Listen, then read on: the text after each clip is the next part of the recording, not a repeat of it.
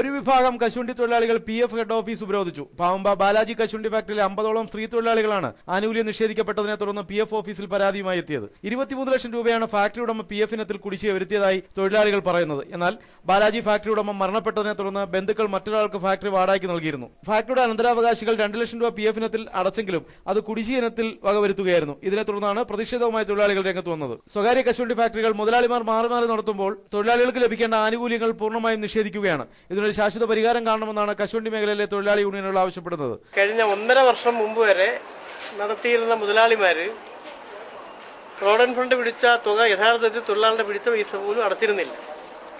ആ കാരണത്താൽ തൊഴിലാളികൾ വലിയ അസംതൃപ്തരും നിരാശരുമാണ്. ഇപ്പോൾ കഴിഞ്ഞ 1.5 വർഷക്കാലമായി പുത്തൂരിലുള്ള ലൂർദ് മാത എന്ന് പറയുന്ന ഒരു കമ്പനിയാണ് ഈ ഫാക്ടറി വാടകയ്ക്ക് എടുത്ത് നടത്തിക്കൊണ്ടിരിക്കുന്നത്. അവർ നടത്തിയ 8 മാസക്കാലത്തെ പ്രോവിഡന്റ് ഫണ്ടിന്റെ രസീത് ആണെന്ന് പറഞ്ഞ് കഴിഞ്ഞ ദിവസം അവിടെ ഒരു റെസിപ്റ്റ് വിതരണം ചെയ്യുകയുണ്ടായി ഫാക്ടറി.